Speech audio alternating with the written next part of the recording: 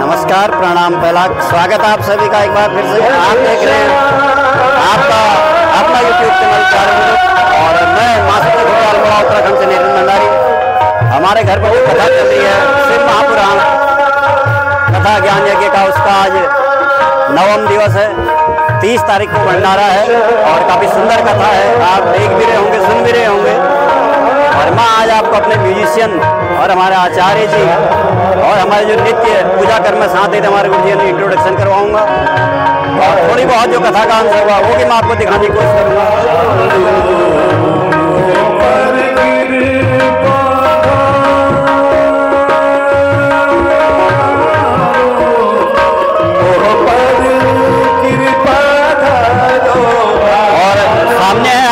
आचार्य जी श्रद्धेय उमानंदन जोशी जी, जितना खूबसूरत इनका मुखमंडल है उतना ही खूबसूरत इनके विचार आप सुन ही रहे होंगे।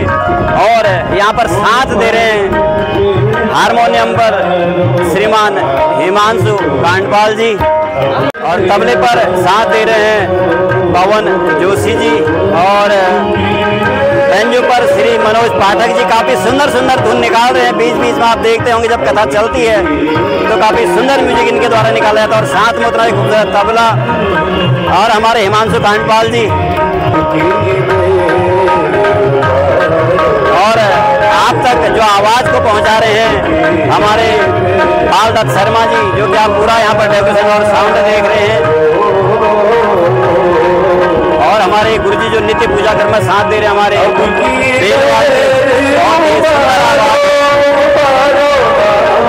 जीजा श्री हैं।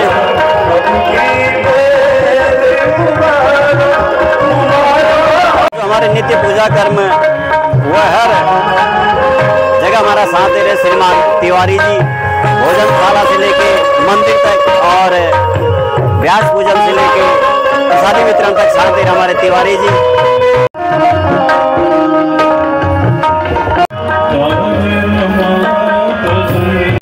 और मेरे दादा श्री मदन सिंह भंडारी जी और साथ में हमारी भाभी जी श्रीमती मोहनी भंडारी जी और ये हमारी देवी स्वरूपा हमारी दीदी डॉक्टर माया भंडारी, जो कि आप जितनी चहल पहल देख रहे हैं पूरा कार्यक्रम हमारी दीदी द्वारा यहाँ पर किया जा रहा है।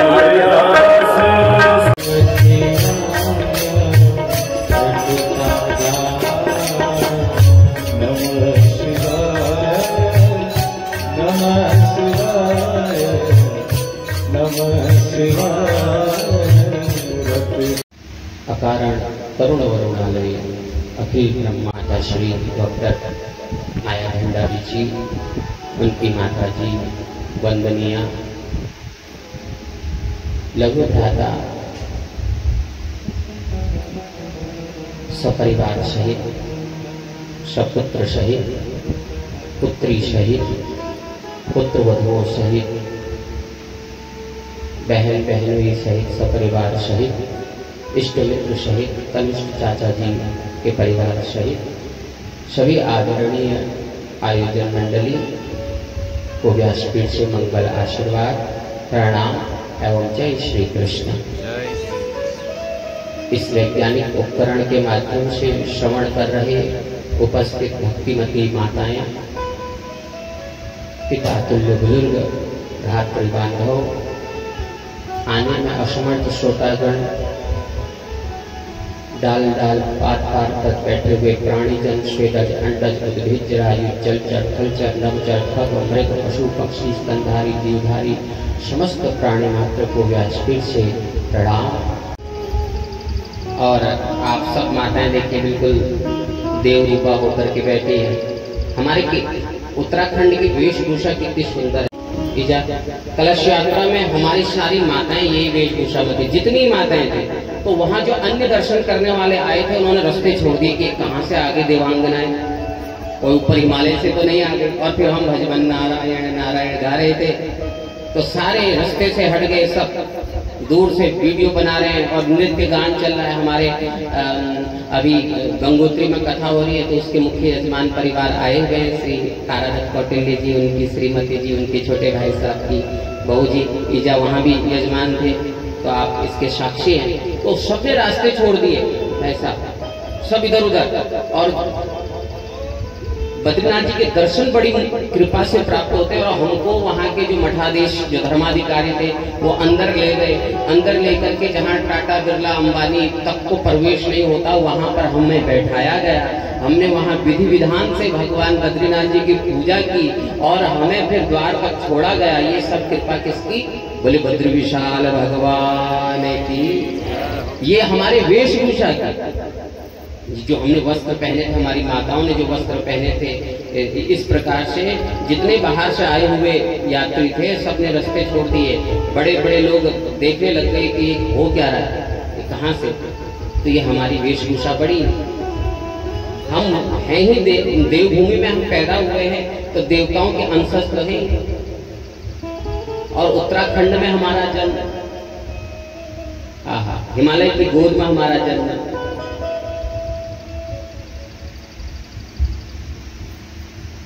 कृपा, बड़ी कृपा। सूत जी बोले कि हे नारायण ब्राह्मणों,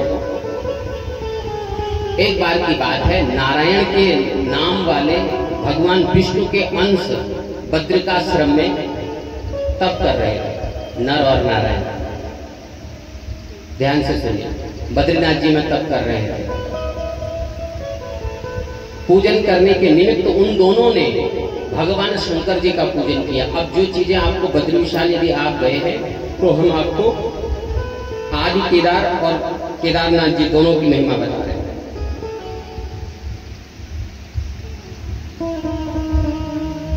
तो बद्रीनाथ जी में तप किया, और बद्रीनाथ जी का फल क्या है कि एक दिन तपस्या करने से 10,000 वर्ष तपस्या करने का फल प्राप्त होता है।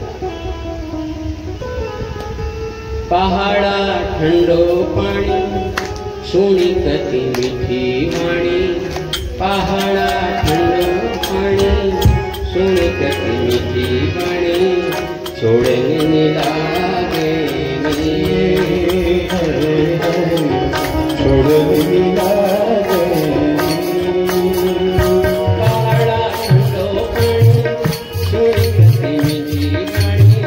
पहाड़ा ठंडो पानी, सुनी कति मीठी वाणी। छोड़ने लागे छोड़ने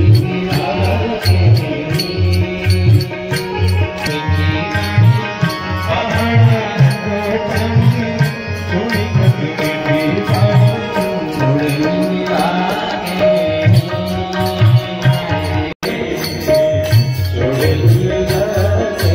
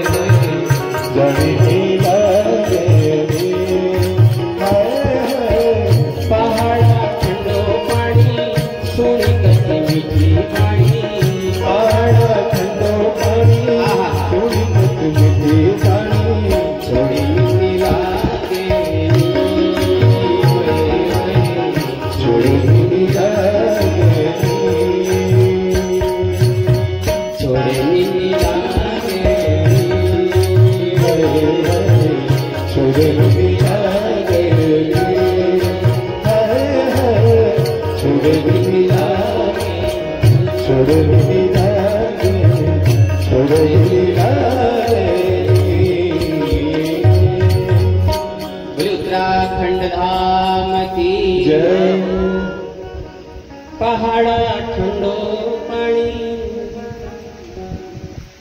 अभी सब लोग भाग भाग के दिल्ली वाले कहाँ आए हैं? छोड़े नीला। और एक हमारे यहाँ पर उपस्थित है, उन्होंने तो कमरे पे लगा लिया और एक तैयारी में है गृह प्रवेश किया और हमें बुलाया भी नहीं। प्रेम से बोलिए जय श्री कृष्ण। छोड़े नीला गे। हीरा सिंह जी कहाँ भूले रास्ता? Tyre puncture. अरे अभी देखो आप कौन कौन से रोड में। तो आइए, ऐसा हमारा उत्तराखंड। सूर्य जी बोले कि वहां पर बद्रीनाथ जी में एक दिन तपस्या करने ही जाए, एक दिन तपस्या करने से 10,000 वर्ष तपस्या का फल मिलता है। बद्रीनाथ जी में, बद्री विशाल जी में एक दिन तपस्या करने से। तो नर नारायण जी ने तपस्या की। और क्यों जानते? क्योंकि एक सहस्त्रा कवच नाम का राक्षस था। सहस्त्रा कवच, उसके पास 1000 कवच थे। कवच उसने कहा था मुझे वही व्यक्ति मार पाए, वही जिसने 10,000 मेरे एक कवच को वही तोड़ पाए जिसने 10,000 वर्ष तपस्या की हो। एक कवच को। तो अब ऐसा कौन? तो भगवान ने अवतार लिया। दूसरा अवतार है ये नर नारायण अवतार, भगवान नारायण जी का। तो इन्होंने तपस्या की। तो नर जब तपस्या करते तो नारायण युद्ध करते सहस्त्रा कवच से, और जब नारायण तपस्या करते तो नर युद्ध करते। इस प्रकार एक कवच मात्र रह गया तो छुप गया सूर्य नारायण के पास। सूर्य नारायण जी ने शरण दी और यही सहस्त्रा कवच फिर कर्ण बन के पैदा हुआ। एक कवच, जो कवच कुंडल जो मिले इसको। तो ऐसे नर नारायण बद्रीनाथ जी में तपस्या पूजन करते निमित्त रोज दोनों प्रार्थना भगवान शिव जी के अधीनतम नित्य होकर के पार्थिव पूजन किया गया बद्री विशाल जी में। दोनों प्रार्थना भगवान जी की पूजा करते और शिव के भक्त धर्म के पुत्र विष्णु जी के अवतार नर नारायण को बहुत समय बीत गए तपस्या करते भगवान शंकर जी की। आया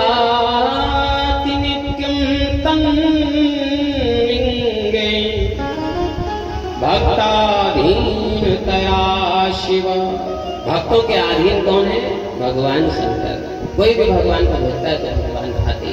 भगवान प्रकट हुए, भगवान संसार के हित के लिए प्रकट हुए। बड़े प्रसन्न हुए नर और नारायण। वरदान मांगो। नर नारायण ने कहा कि हे शंकर, हे देवेश, यदि प्रसन्नो देवेश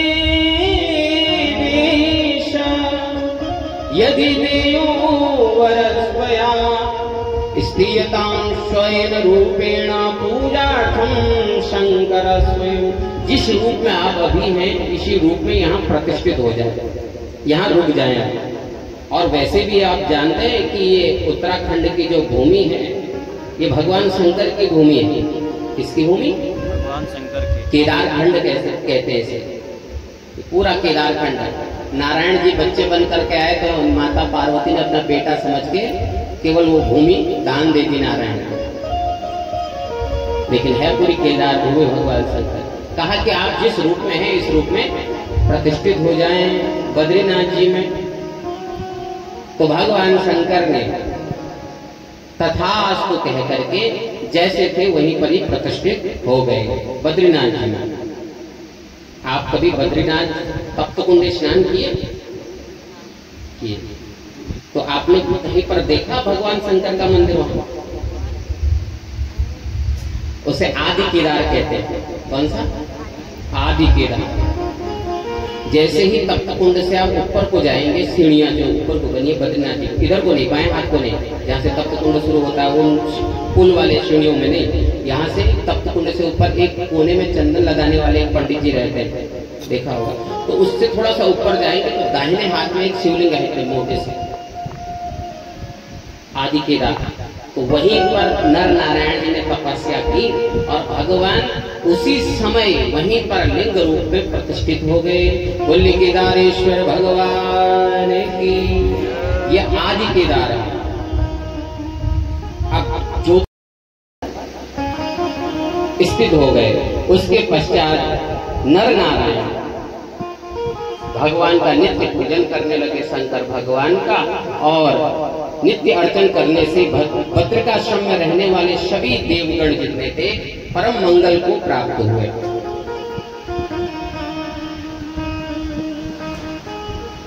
एक बार की बात है, पांडव बोले अब इससे आगे एक ज्योतिर्लिंग की कथा सुनिए।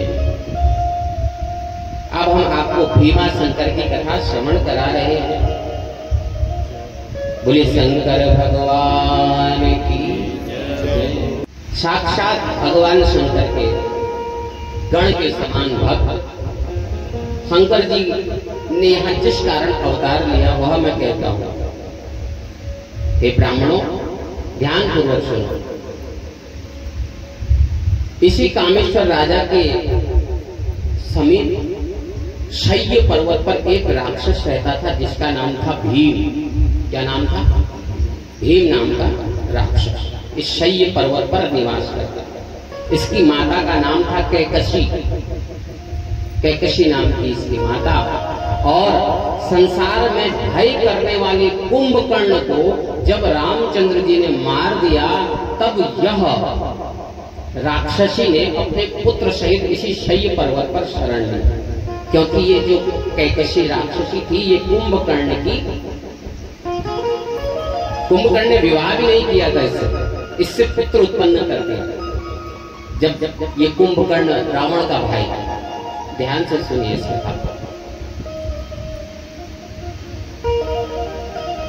तो ये अपने पुत्र के साथ, भीम के नामक दैत्य के साथ इस शैय पर्वत पर चली गई। एक दिन भीम ने अपनी मां से पूछा कि मेरे पिता कौन है, मेरे तात कौन है? वो मेरे तात, मेरे तात कौन है? पिता। किसका मैं पुत्र हूं? और तू सच सच कहो कि तू यहाँ अकेली क्यों रहती है? मैं यहाँ अकेली क्यों रहती है तू?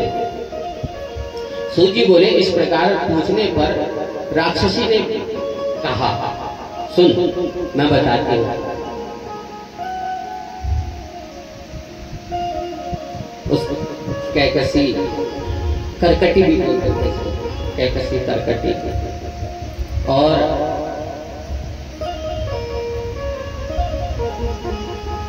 कुंभोदकी भी इसको बोला जाता था।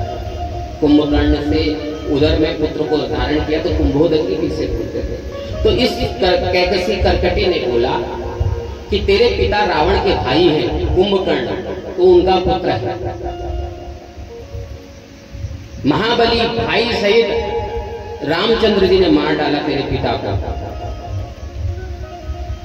तेरे पिता को मार डाला पुत्र। एक समय वह राक्षस कुंभकर्ण यहाँ आया और उस बलवान ने मेरा जो है ग्रहण कर लिया, गमन कर लिया, और वह महाबली कुंभकर्ण मुझे यहाँ त्याग करके लंकापुरी चला गया।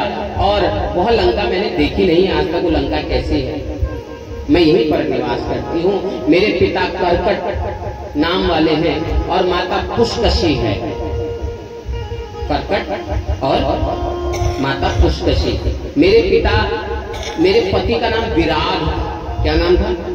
भगवान राम जी जब 14 वर्ष के लिए वनवास गए, माता सीता जी का हरण हो गया, तो बीच में एक विराट भी राक्षस मिला था, कबंध और विराट। तो उसकी पत्नी है वास्तव में ये करकटी कैकसी जो हम बोल रहे हैं। तो मेरे पति का नाम विराट था। मेरे पति को रामचंद्र ने ही मार दिया, तेरे पिता को भी और मेरे पति को भी रामचंद्र ने मार दिया युद्ध में। फिर अपने स्वामी के मर जाने पर मैं अपने माता पिता के साथ रहने लगी, और मेरे माता पिता को एक बार अगस्त ऋषि ने भस्म कर दिया। उनको खाने के लिए गए मेरे माता पिता, क्योंकि राक्षस है ना, तो राक्षस ये तो करते थे जंगल में संतों को मारना, यज्ञ भंग करना। तो मारने के लिए गए तो अगस्त ऋषि ने उनको अपने तेज बल से समाप्त कर दिया। अब जब माता पिता मर गए, पति चला गया, अब मैं इस पर्वत पर रहने लगी। शय्य पर्वत पर रहने लगी दुखी होकर के। उसी समय यहाँ रावण का भाई कुंभकर्ण आया, मेरा गमन किया, मुझे छोड़ के चला गया। पीछे तू महाबली पराक्रमी पुत्र उत्पन्न हुआ, तब से मैं तेरे साथ यहाँ समय बिताती हूँ, तेरे साथ यहाँ पर रहती हूँ। सूजी बोले ऐसा सुन करके उसके मन में, तन मन में आग लग गई कि नारायण राम ने मेरे पिता को मार दिया, मेरे नाना को मार दिया, मेरे नानी को मार दिया, मेरे माता के जो पति थे उनको मार दिया, विराट को मैं छोड़ूंगा नहीं, शत्रुता मोल ले लो। परम तप करने चला गया ब्रह्मा जी का, और उसने मन में ध्यान करके 1000 वर्ष तक ब्रह्मा जी का तप किया। ओम ब्रह्मणे नमः, ब्रह्मणे नमः। और तप करने का राक्षसों का एक ही ध्येय होता है, क्या? बल मिल जाए और कभी ना मरो। बल मिल जाए और कभी ना मरो। तपस्या की 1000 वर्ष तक ब्रह्मा जी प्रसन्न हुए। क्या वरदान चाहिए? बोले मुझे अपार बल मिल जाए, सारे देवता सब मेरे से डरे। विवाह करने के बाद भी जो ब्रह्मचारी हो, संसार में रहते हुए भी संसार से परे हो, और परे रहने के बाद भी संसार का सृजन, पालन और लय करने में समर्थवान हो, ऐसे ही किसी योगी के द्वारा मेरी मृत्यु हुई। अब इसको पता था ऐसा कोई होगा नहीं, क्योंकि नारायण तो लक्ष्मी के पति और ये स्वयं गायत्री लक्ष्मी सरस्वती के पति, इनसे तो ये तो मुझे मार नहीं सकते। शंकर को वो ऐसे चलते फिरते बाबा समझते थे, समझता था। ये भी अब वरदान मांग लिया तो ब्रह्मा जी ने तथास्तु कह दिया। अति बलशाली हुआ, देवताओं पर विजय प्राप्त कर ली। ब्रह्मा जी से वर पा करके, माता को प्रणाम करके ये आया और इसने स्वर्ग पर आक्रमण कर लिया, स्वर्ग को जीत लिया। पराक्रमी राक्षस इंद्र इत्यादि सब बेघर हो गए, सब पर इसने विजय प्राप्त की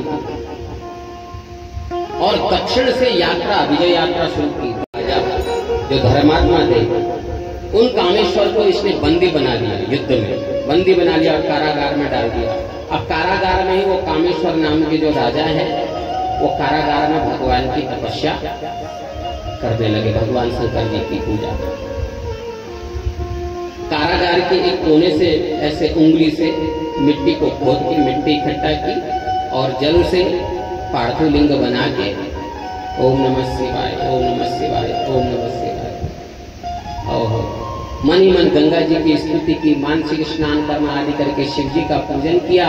राजर्षि पार्थिव पूजन करके विधान से भगवान शंकर जी की आराधना की, जैसे शास्त्रों में वर्णन है विधि पूर्वक। मैंने कहा ना मानसिक पूजा भी होती है भगवान की, कल बताया था। मन से पूजा, आपके पास कुछ भी नहीं है, या ये समझ लीजिए आपके पास सब कुछ है, लेकिन आप सब कुछ होते हुए भी बेड पे पड़े हो। कई माताएं, कई बीमार ऐसे होते हैं कि बिस्तर से ही नहीं उठ पाते, लेकिन उनको जब तक पूजा ना कर लो तब तक वो खाना भी नहीं खाते। तो मन में बैठ जाइए एक ही जगह पर, विचार करिए मैं भगवान को उठा रहा हूं, भगवान को स्नान करा रहा हूं, भगवान को वस्त्र पहना रहा हूं। ऐसा मन में विचार करिए और धीरे धीरे रत्ने कल्पितमाशनं हिमजले स्नानं च दिव्यांबरम्।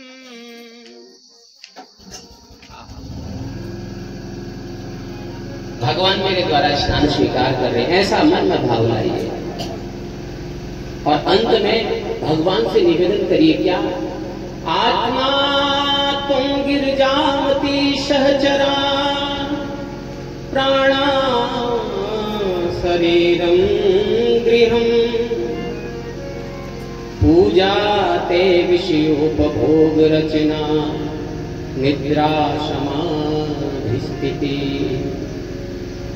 संचार पदयोपदीक्षण विधि स्तोत्राणि शल्वा गिरो यद्यत् कर्म करोमि तद्यदखिलं शंभो तवाराधन। अंत में ये जरूर बोलिए, ये श्लोक तो जरूर ही बोलिए। मेरी आत्मा गिरजा है, आत्मा मेरी आत्मा आप हैं, गिरजा मेरी मति है, पार्वती मेरी मति है, सहचरा प्राणा शरीरम गृहम, ये हृदय आपका घर है। जब कुछ ना मिले तो इस मन मंदिर में भगवान शंकर को बैठाइए।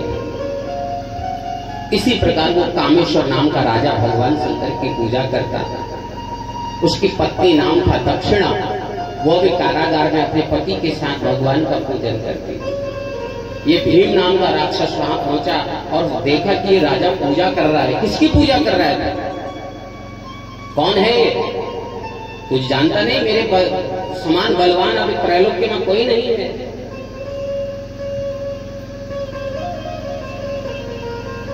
अरे मूर्ख, जिसकी तू पूजा कर रहा है, इससे भी बलवान नारायण, जिसके हाथ में चक्र गदा पद्म इत्यादि है, वो मेरा दास है इस समय। ये दुष्टात्मा ही राजन, सत्य बता, मैं तुझे मारूंगा नहीं। किसकी पूजा करता? शिव जी बोले, ऐसा राक्षस का वचन सुनकर के शिव जी पर विश्वास रखते कि मेरा कुछ होगा नहीं, कोई मेरा अनहित नहीं हो सकता। कामेश्वर नाम का राजा मन में तत्काल भगवान का ध्यान किया और जो होना होगा तो होना होगा। देखो, चिंता करने की आवश्यकता नहीं। जो होना है उसे आप बदल नहीं सकते। जो होना है बदल नहीं सकते। बारिश होनी है तो आप कितनी ही छतरी लगा लो, उस पानी को आप पृथ्वी में गिरने से रोक नहीं सकते। और अगर बारिश नहीं होनी है तो फिर नहीं ही होनी है। चिंता किस बात की?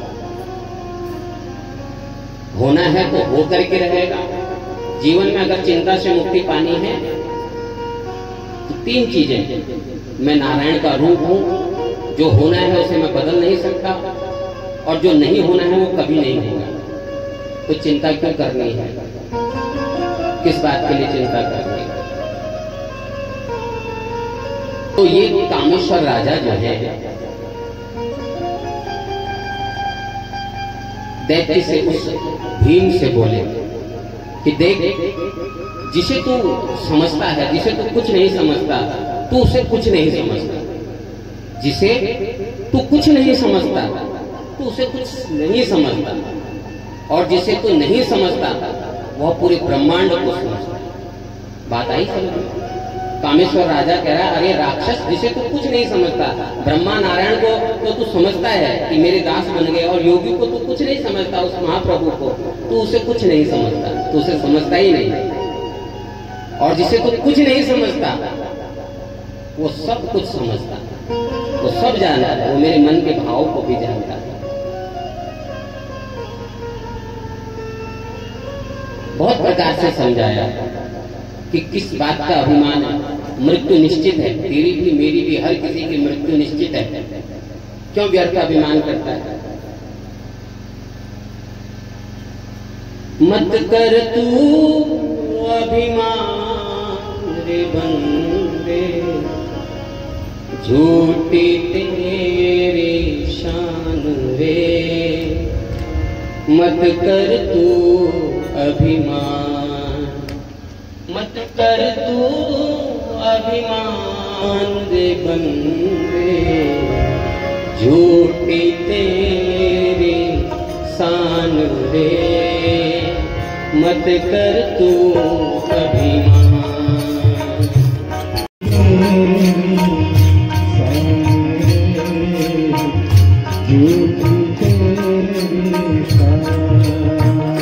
मत कर तू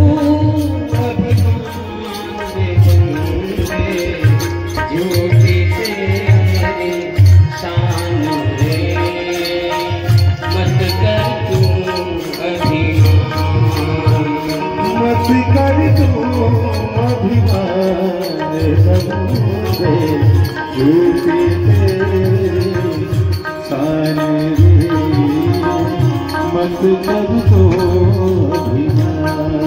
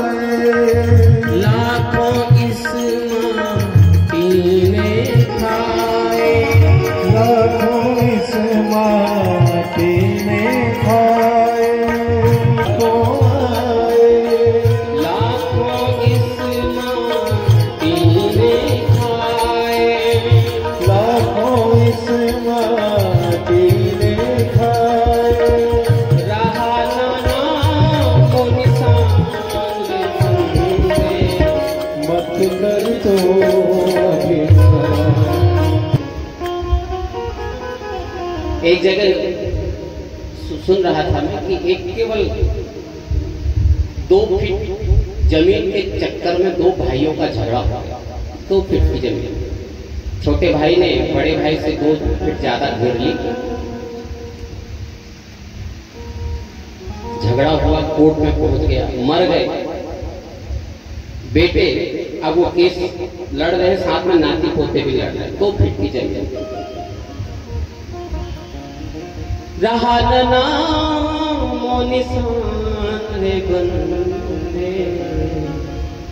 झूठी तेरी शान रे। एक बड़ा मदिरा का कारोबारी था कोई, हमने तो नाम सुना है कि पोंटी पोंटी कह के बोलते थे उसे। घर के अंदर बड़ा भाई ही मार के चला गया, अरबों का मालिक है ना। हाँ, पोंटी चड्डा करके घर के अंदर भाई सगा मार गए। क्या करना है ऐसे धन का? मत कर तू अभिमान रे बंदे।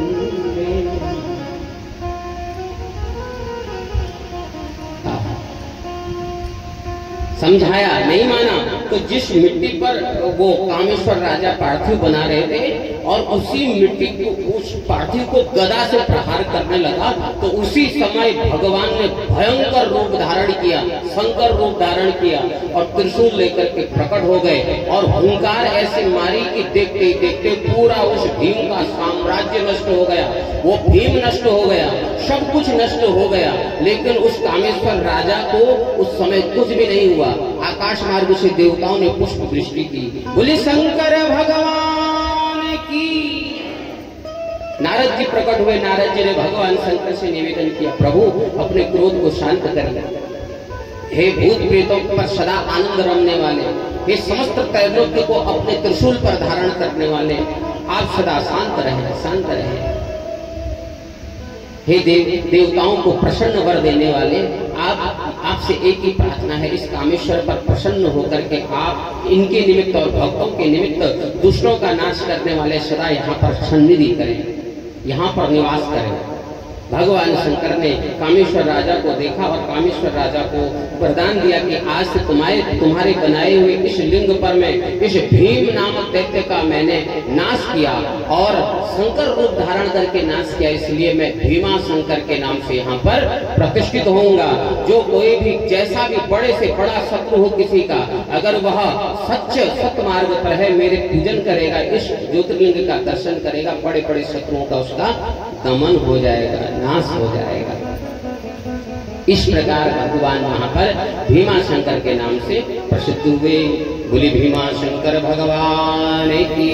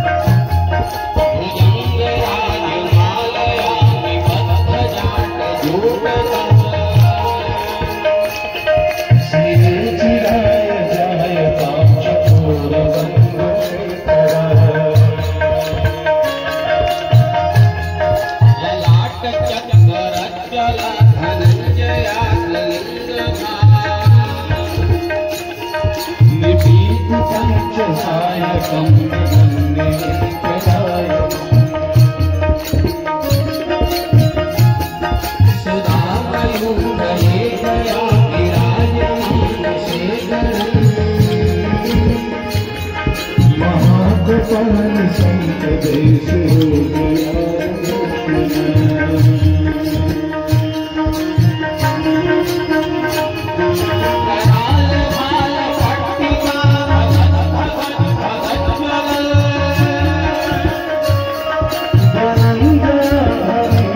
प्रचंड पंच सायके नंदनी कुचात्र चित्र पत्रका कसिल कई त्रिलोचनी रचना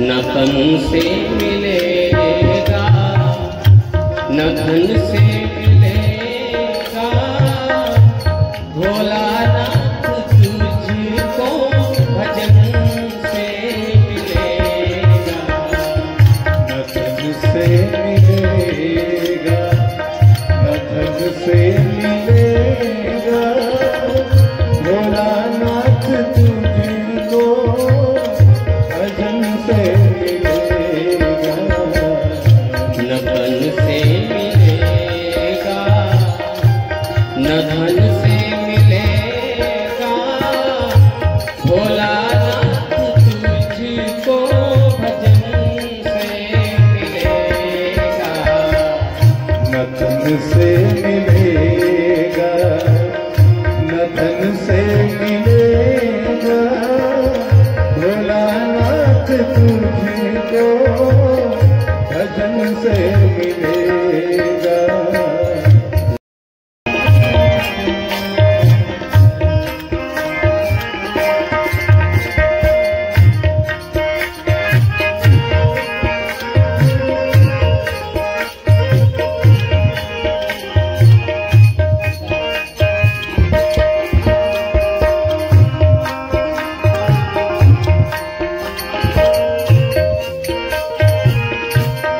मिलेगा भोलानाथ तुझको भजन से मिलेगा भोलानाथ तुझको भजन से मिलेगा ओ भोलानाथ तुझको भजन से मिलेगा भोलानाथ तुझको भजन से मिलेगा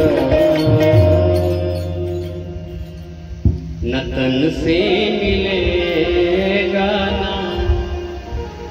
धन से मिलेगा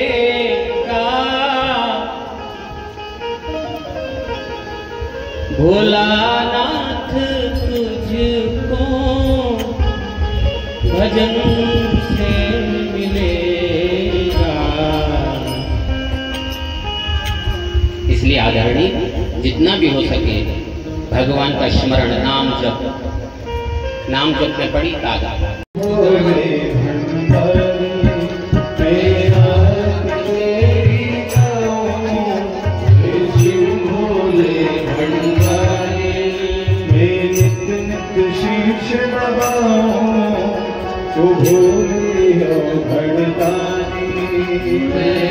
नित शीश झुकाऊं ओ भोले भगवानी,